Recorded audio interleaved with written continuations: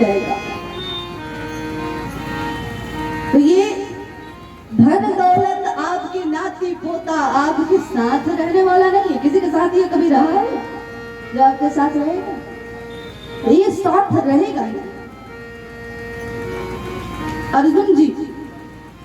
अर्जुन जी महाराज जब युद्ध क्षेत्र में कुरुक्षेत्र में युद्ध कर रहे थे तो उनके मन में बड़ी भारी संशय हो रहा है कि उनके जो सगे संबंधी है वो सब यहाँ खड़े हैं, मैं इनके ऊपर वार कैसे करूं।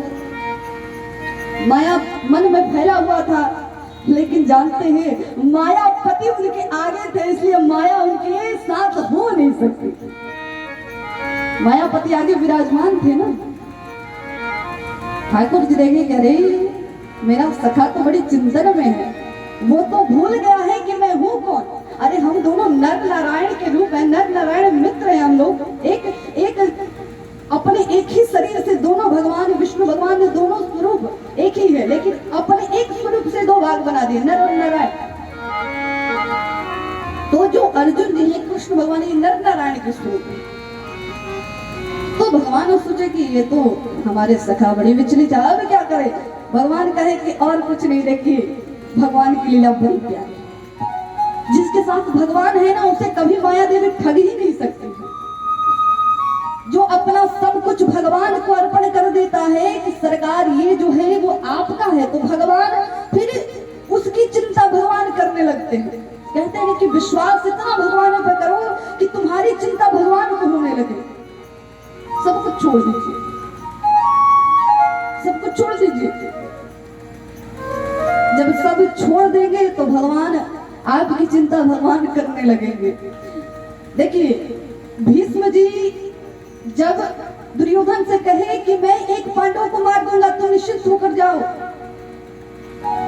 सबको बात पता चल गई थी, सबको पांडवों को पता चल गई थी। और भीष्म जी महाराज इतने वीर थे कि वो मार सकते थे, इतने वीर थे वो।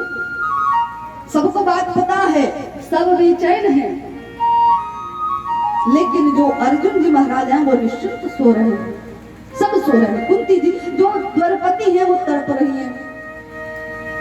द्रौपदी जाकर देखी तो अर्जुन सो रहे हैं। अब क्या करें, इनकी तो थोड़ी सी भी चिंता नहीं है, लेकिन अर्जुन जी सो रहे थे, उधर कृष्ण जी जग रहे। किस लिए? इसलिए कि अब उनकी रक्षा तो मुझे करनी है भाई।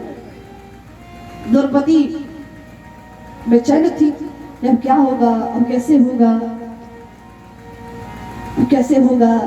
अब एक भी कुछ किसी को हो जाए। और अधिक जोर सबने ये अर्जुन जी पर लगाया था कि अर्जुन जी को मारा जाए। तो अब चिंतित थी। भगवान आए, भगवान को चिंता सता रही थी। अर्जुन जी सो रहे थे, भगवान को चिंता सता रही है, क्या करूं क्या करूं। भगवान आए द्रौपदी के पास, दरवाजा की कुंडी खटखटाए। द्रौपदी बोली अरे भैया आप यहाँ क्या कर रहे हैं। कन्हैया बोले देखो ज्यादा बात करने का समय नहीं है मेरे पास, जल्दी चलो। इतने बेचैन है जैसे कि उन्हीं को कुछ होने वाला है। जल्दी चलो जल्दी चलो जल्दी। कहाँ चले? कन्हैया कहे देखो तुम चलो भीष्म पिता के घर में, उनके कक्ष में जाकर के उन्हें प्रणाम करना, बस इतना करना, जाकर के उन्हें प्रणाम कर लेना।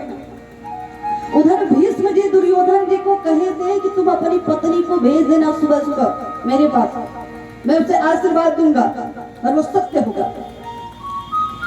कन्हैया सब जानते हैं, देखिए कन्हैया को चिंता है। भगवान चल दिए द्रौपदी जी के साथ, भगवान लेकर द्रौपदी जी को जा रहे हैं। द्रौपदी जी की जो चप्पल थी वो बज रही थी।